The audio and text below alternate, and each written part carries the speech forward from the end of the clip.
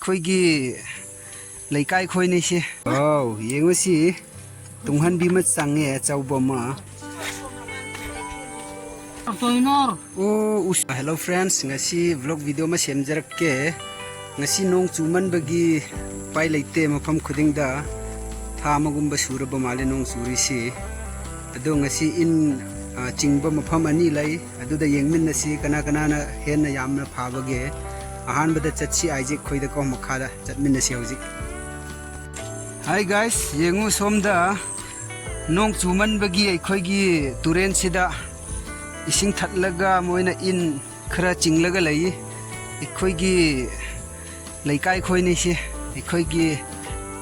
ꯀꯌꯥ ꯀꯔꯝ ꯉꯥ ꯂꯩꯕꯗꯨ ꯈꯔ ꯌꯦꯡꯒꯦꯅꯦ ꯍꯦ ꯍꯥꯏ ꯇꯧꯔꯣꯅꯦ ꯑꯥꯏꯖꯦꯛ ꯌꯦꯡꯉꯨ ꯁꯤꯁꯤ ꯑꯥꯏꯖꯦꯛꯅꯦ ꯑꯩꯈꯣꯏꯒꯤ ꯂꯩꯀꯥꯏ ꯑꯁꯤꯅ ꯊꯪꯀꯤꯝꯇꯦ ꯁꯣꯝꯗ ꯌꯦꯡꯂꯣꯅꯦ ꯑꯕꯥ ꯌꯥꯝꯃꯦ ꯍꯦ ꯈꯔ ꯅꯛꯍꯜꯂꯣꯅꯦ ꯍꯦ ꯇꯥꯍꯟꯒꯅꯨ ꯍꯦ ꯈꯔ ꯌꯦꯡꯍꯜꯂꯣ ꯕꯥꯕ꯭ꯔꯦ ꯕꯥ ꯅꯣꯏꯗꯤ ꯌꯥꯝ ꯐꯥꯔꯦꯅꯦ ꯍꯦ ꯁꯤꯗꯤ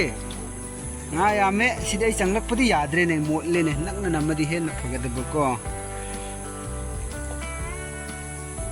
wa khara yengse puro somda ai lakpa yadre haibudi ai si loi chot kadaba ai ga jengju si maitai maronda ngachi charau haibudu ngachi chau ngaki jau kana kana pambagi yengu si babre ba yam he sidi si somda yenglu ne nasak tu khra yengsi ne he in chingdauri yengsi amarak nga lakpura laktabra mosi yamdi pharame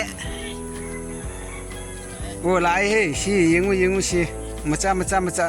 ngachi charau su lai ngaki chau su lai ngakha su lai wow mosi thauna yam phai mosi nungthin chupa pharadi si bartin tangkhai gumbadi sugadra ko matai bartin gi maning di loi thankhre hojik tudi makha loi thankhre hojik si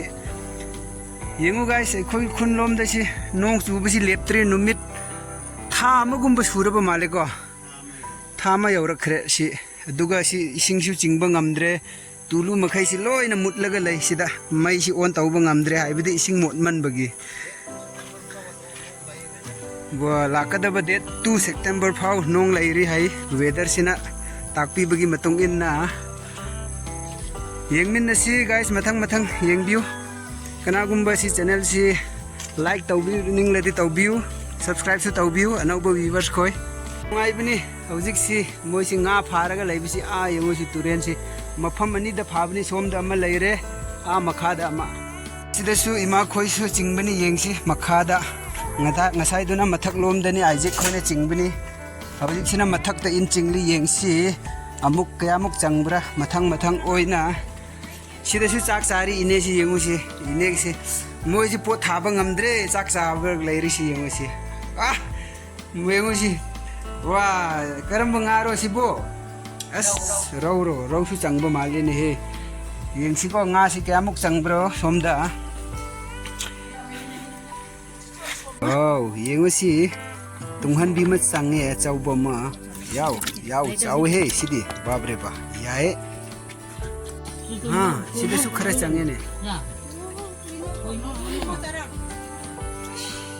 ima si yengu ke amu interest leibra si ne khoi se aduga manung da su lei hai khara yengmin na si moina chingba indo krai leire nga do as ine si chak sabusu thanamaga nga du yenghanning bagi ko khoina khara yengsi he wow yengu si nga mayam si wabre ba sidi khajai mayam sa yengbiu nga si nuti gi moi se somna phari bani ima ga ine khoi si ngachi charau mayam si yengbiu guys kana chaning bagi tang comments tawbiro aduga sina ngakha yengu su ngakha su phare bani in da chingbani si inega ima si nga in da chingba loiraga chak chari bani si hojik nga di si da leire noi mayam na yengi ko ngasai to si khojum da su chak chadra bani ma si nga in chingba da ma si ngaura bani si kangaura ba tia gumna ko ma si nga di chada ba adubu ngasi charaudi yam phaba kanba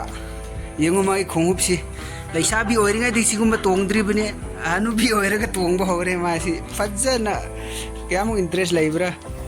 as mayamna khitang haibiro imaga ine khoina nga chak chari bisi karam tawi noisu chaning bro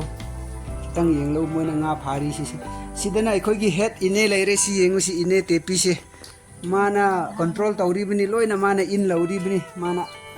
nga makhai si horen ekhoi chaba tare imana di ngachi charaudi chade ekhoi khak cha halle duni guys hamage mathang oina muk yengmin si hello guys yengu si ngasai aina hydra turen yam chawi haibido ising chawi haibido sini si ekhoi hojik palen bazar da chatke haina lakpodi da ekhoi gi turen si kyamu ising chawi lobuk su loina kin thagrabne si yengu si si ekhoi gi dada phun ga chatli bani da somda khoi bazar chatlu khige hai to view ne hai Hi. Guys, chakdauri si bazar dani. Ngasi gi vlog video karam tawi in chingbagi mafam ani da yenghan bado nga kana gi na hak hen yambage comments haita haibiro adu kana gumba gi channel anauba viewers visit tawbi batarabadi subscribe tawbi like tawbi share tawbi ngasi gi de sifau vlog video loisin jarage hojik ai gari si chamkhi ge phajana sifau loisin jarage bye bye